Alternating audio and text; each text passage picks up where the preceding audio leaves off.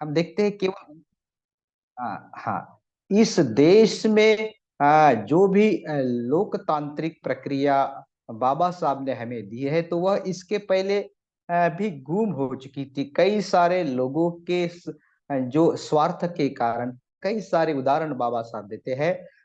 और उसके बाद कहते हैं कि फिर से इस देश में दोबारा यह स्वतंत्रता जो है देश की ना गुम हो जाए। तो वह बताते हैं कि भिक्षु संघ भी एक उस काल में एक लोकतंत्र प्रजापदा है। और उसके सभी जो नियम है वह जो नियम है तो वह लोकशाही को पूरक है। और फिर बाबा साहब बताते हैं कि क्या करना चाहिए फिर से इस देश में यह जो लोकशाही है वो रहने के लिए। क्योंकि जैसे जैसे इस धम्म का ह्रास हुआ है, बौद्ध धम्म का, और भारत के बाहर वह प्रसारित हुआ, लेकिन भारत में बौद्ध धर्म नष्ट हो रहा था, उसके साथ साथ गणतंत्रता भी नष्ट हो गई। तो इसी कारण बाबा साहब हिदायत दे रहे, इस संघ के बारे में भी कह रहे। तो क्या करना चाहिए यह सवाल जो है पूछते हैं। तो बाबा साहब बताते पहली बात महत्वपूर्ण तीन बात खास तौर पे बताते हैं। तो पहली बात बताते हैं कि जो भी आर्थिक और सामाजिक उद्दिष्ट जो है उसकी अगर पूर्तता करना चाहते हैं तो उसके लिए संवैधानिक मार्ग का ही इस्तेमाल किया जाए। बहुत महत्वपूर्ण बात बताते हैं। क्या बताते हैं कि वह रक्त रंजित मार्ग ना हो। चाहे कायदे भंग हो, असहकार हो, या सत्याग्रह करना हो, तो शांति के मार्ग से, संविधानिक मार्ग से वह करना चाहिए, तभी देश सुरक्षित रह सकता है। आज हम देख रहे हैं कि छोटे मोटी मांग के लिए व्यक्ति को कहिए, वैसे हमारे जात को आरक्षण चाहिए, ऐसे बात के लिए हिंसा भी हो रही है। और इसी से ही फिर से स्वतंत्रता जो है, बाबा साहब पहली बात वो बताते हैं कि उसकी क्या करना चाहिए स्वतंत्रता की सुरक्षा के लिए। दूसरी बात बताते हैं कि कितना भी बड़ा जो मनुष्य है, जो देश अच्छा भी चलाता हो, लेकिन फिर भी उसके ऊपर पूरी तरह विश्वास नहीं रखना चाहिए। उसके ऊपर विभूति पूजा जैसा नहीं उसके ऊपर विश्वास रखना चाहिए। क्योंकि जो है ज्यादा विश्वास से कितना भी बड़ा क्यों न हो, तो वह उसके पास जो अधिकार है उस अधिकार को वह जो अन्य लोगों के जो अलग अलग संस्थाएं हैं, चाहे धार्मिक हो सामाजिक हो, तो वह उद्ध्वस्त कर सकता है। बहुत महत्वपूर्ण महत्वपूर्ण बात बताते हैं बाबा साहब। लेकिन आज हम देख रहे हैं तो केंद्रित जो है सत्ता होने के कारण लोकशाही जो है हुकुमशाही की ओर जा रही है। ये बाबा साहब की दूरदृष्टि है। फिर तीसरी बात बाबा साहब कहते हैं कि अगर किसी के दूसरी बात में क्या बताते हैं कि कृतज्ञता जो है हम व्यक्त करते हैं, चलो भाई अच्छा राज्य शासन चलाना वाले हो, अच्छा है काम कर रहा हो, तो उसकी कृतज्ञता के तौर पर उसे बार बार अधिकार देना चाहिए। लेकिन बाबा साहब क्या कहते हैं कि अपने स्वाभिमान जो है उसका बलि देकर किसी की कृतज्ञता नहीं व्यक्त करते। कोई भी स्त्री अपने शीलों का बलि देकर कृतज्ञता व्यक्त नहीं कर सकते। और कोई भी जो अपने स्वतंत्रता को गमाकर किसी की कृतज्ञता भी व्यक्त नहीं कर सकते। तो बहुत महत्वपूर्ण बात बाबा साहब बताते हैं। तो अपना स्वाभिमान हो, शील और स्वतंत्रता वह बरकरार रखकर ही हम बाबा साहब आगे कहते हैं कि अगर धार्मिक क्षेत्र में विकास करने के लिए हम विभूति पूजा करते हैं, लेकिन राजकीय क्षेत्र में ऐसी विभूति पूजा अगर करते हैं किसी एक के ऊपर पूरे विश्वास रखकर देश को सौंपते हैं, तो फिर से इस देश में यह जो स्वतंत्रता है, संविधान है, खतरे में देश आएगा। तीसरी बात बाबा साहब कहते हैं कि यह जो राजकीय लोकशाही जो है, यह राजकीय लोकशाही को सामाजिक लोकशाही में जब तक परिवर्तित नहीं करते, यह राजकीय जो लोकशाही अच्छी तो बात है, उसे चलाने वाले अगर मैत्री से नहीं रहेंगे तो फिर यह सामाजिक लोकशाही में कैसी परिवर्तित होगी, बाबा साहब कहते हैं। तो यह सामाजिक लोकशाही क्या है? सामाजिक लोकशाही यह केवल राजकीय ऐसा प्रकार नहीं है, तो यह है जीवन जीने का मार्ग। जीवन जीने का ऐसा मार्ग जिस में स्वतंत्रता, समता, बंधुता, यह जो मूल्य है, जीवन के मुख्य मूल्य होना चाहिए। केवल मनुष्य जीवन के ही नहीं, तो सामाजिक, राजकीय सभी क्षेत्र में वह महत्वपूर्ण ऐसे मूल्य होना चाहिए। अगर देश में स्वतंत्रता है लेकिन समता नहीं है, समता के सिवाय जो भी स्वतंत्रता है, तो अगर ऐसा रहा तो कोई जो मुठभर लोग है, कुछ लोग है, बहुसंख्य लोगों के ऊपर अपना प्रभुत्व, अपना अमल जो है बड़ा कर सकते हैं। अगर स्वतंत्रता जो है, स्वतंत्रता अगर नहीं रही और समता रही, तो उतना भी सब पूरा नहीं होगा, क्योंकि समता रही लेकिन स्वतंत्रता नहीं, तो स्वतंत्रता के बिना जो वैयक्तिक जो विकास है, कर्तृत्व को आगे ले जाना है, वह रुक जाएगा। तो स्वतंत्रता भी जरूरी है, समता भी जरूरी है, दोनों एक दूसरे के लिए पूरक है। और बाबा साहब आगे कहते उतना ही नहीं है, तो स्वतंत्रता और समता को मजबूत करने वाली अगर कोई बात है तो वह है बंधुता। बंधुता के सिवा स्वतंत्रता और समता का कोई मूल्य नहीं है। तो इसी कारण यह जो तीनों बात है, स्वतंत्रता, समता और बंधुता, यह तीनों बात जो है वह बहुत महत्वपूर्ण ऐसे मूल्य है। और यह इस मूल्य के आधार पर बाबा साहब ने संविधान में जो भी कलमे बनाई है, जो भी तरतूद की है, तो इसी आधार पर स्वतंत्र, समता, बंधुत्वा, यह जो न्याय के आधार पर चलने वाली बात है, तो इस बारे में बाबा साहब केवल राजकीय स्वतंत्रता की ही बात नहीं करते, तो राजकीय स्वतंत्रता के साथ सामाजिक स्वतंत्रता की बात करते। समाज के लिए, समाज के धारण के लिए बौद्ध धर्म यह महत्वपूर्ण है। चाहे दूसरे कोई भी धर्म हो, वह मनुष्य को केंद्र में नहीं रखते।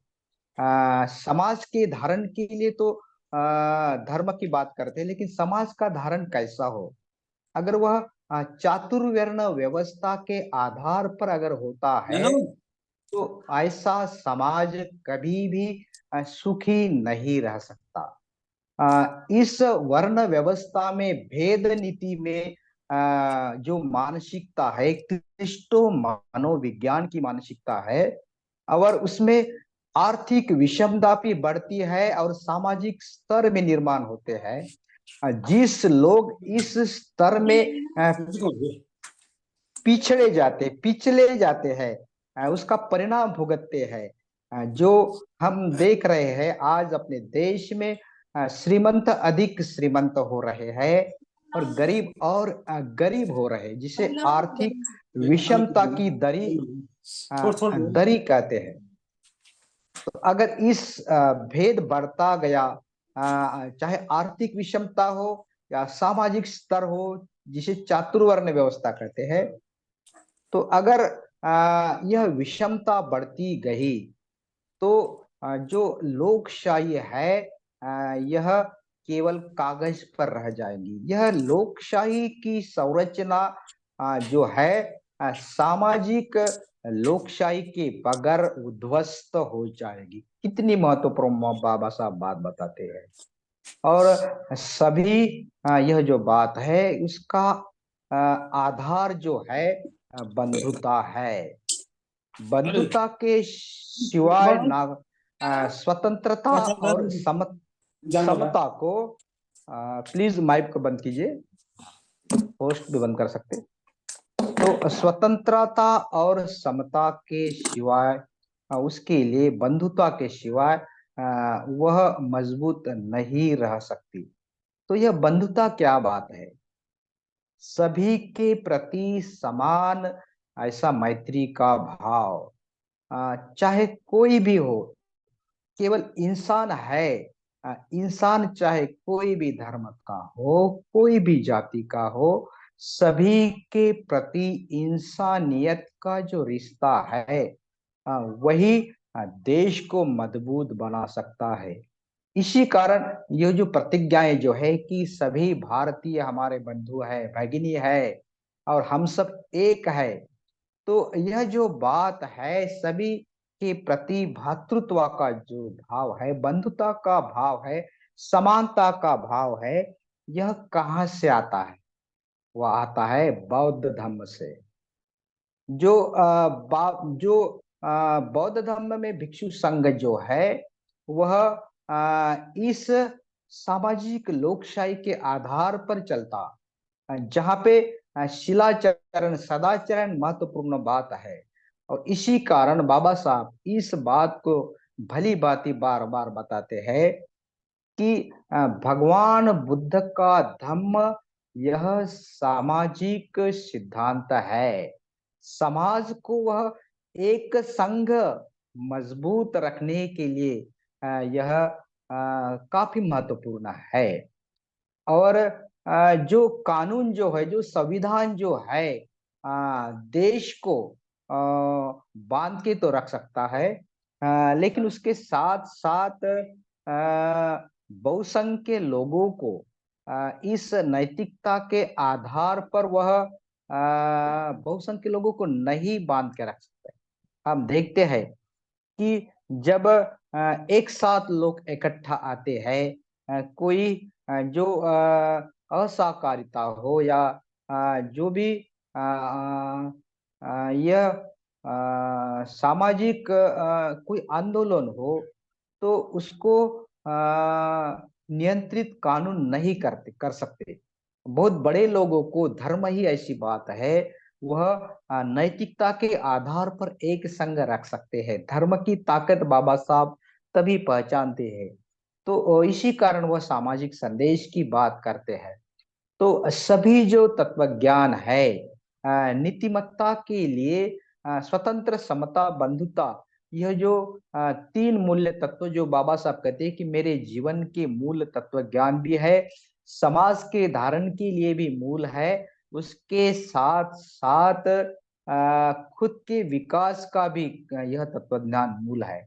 तो यह जो मैत्री की बात भावना जो है जो जाति भेद निर्मूलन का सॉल्यूशन बाबा साहब उस भाषण में, उस किताब में बताते हैं जाति भेद निर्मूलन में कि केवल बौद्ध धम्म ही यह सॉल्यूशन है। इस देश से अगर यह विषमतावाद चातुर्वर्ण व्यवस्थावाद को खत्म करना है तो कितना भी कोई उपाय करे वह काम का नहीं होगा। वह बौद्ध धम्म ही उसका सॉल्यूशन है। और इसी कारण बौद्ध धम्म की ओर हमें वह ले जाते हैं। बौद्ध धम्म में मैत्री जो है वह जो मैत्री यह जो है स्वतंत्र समता का आधार बंधुता से होता है। और यह जो मैत्री की बात है, न्याय की बात है, दूसरे के साथ जो जबरदस्ती न करते हुए न्याय का व्यवहार करना है, मैत्री का व्यवहार करना है, यह शील का आधार है। जब हम श्रद्धा रखते हैं बुद्ध धम्म संघ के प्रति, और उस श्रद्धा के आधार पर, जिसे शरण गमन कहते हैं, हमारे शील को दृढ़ करने की कोशिश करते हैं। तो उसी से ही सदाचरण पर आधार पर जब समाज निर्माण होगा, ऐसा समाज, बाबा साहब कहते हैं कि धम्म का जो उद्देश्य है खुद के विकास के साथ साथ अन्य का भी विकास, समाज का भी विकास।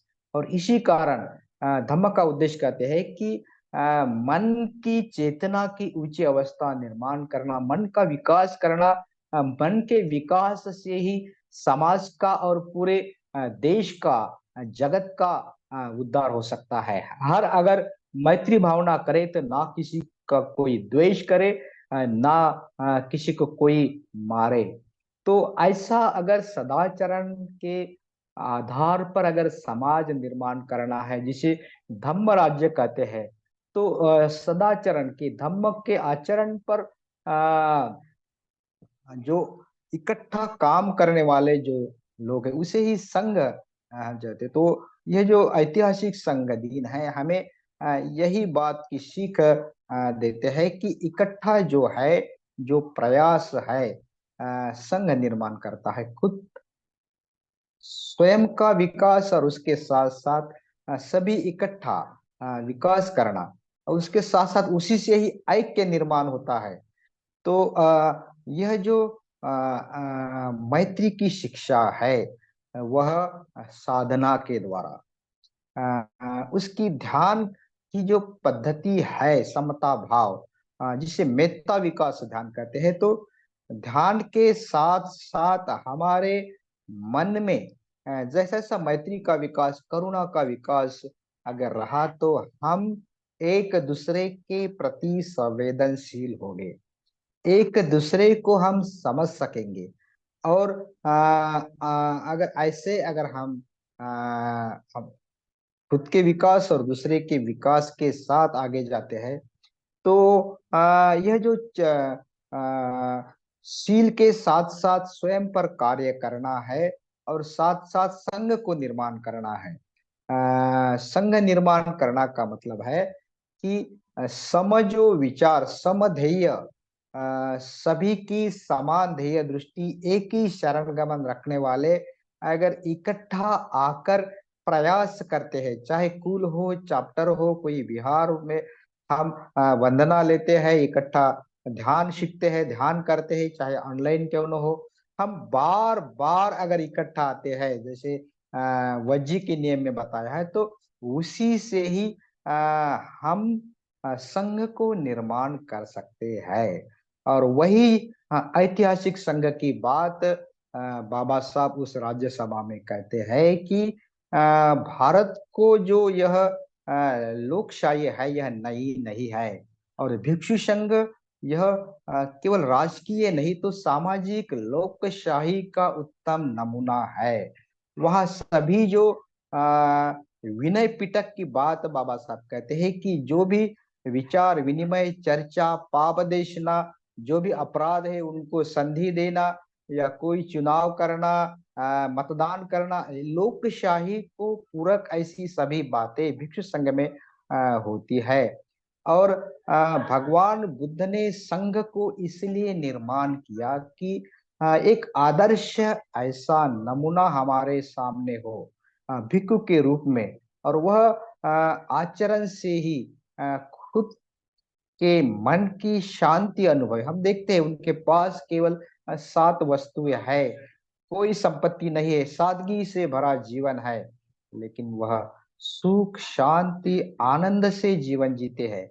और इसे देखकर कई सारे लोग संघ में दाखिल हुए, और केवल सादगी भरा ही नहीं तो हम देखते हैं आज कितना भी पैसा, कितने भी भौतिक संपदा होने के बावजूद भी लोग दुख में है, मन की शांति खोज रहे हैं बाहर।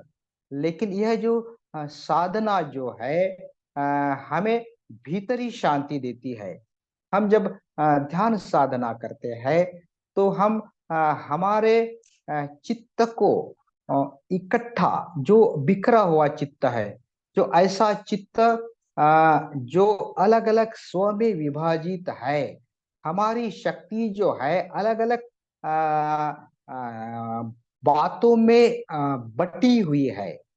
हम प्रयास तो करते हैं, भागदौड़ तो कितनी सारी करते हैं, लेकिन हमारी जो भागदौड़ है सभी इकट्ठा करने के लिए है। संपत्ति हो, भौतिक और उसका जो परिणाम है दुख में ही होता है।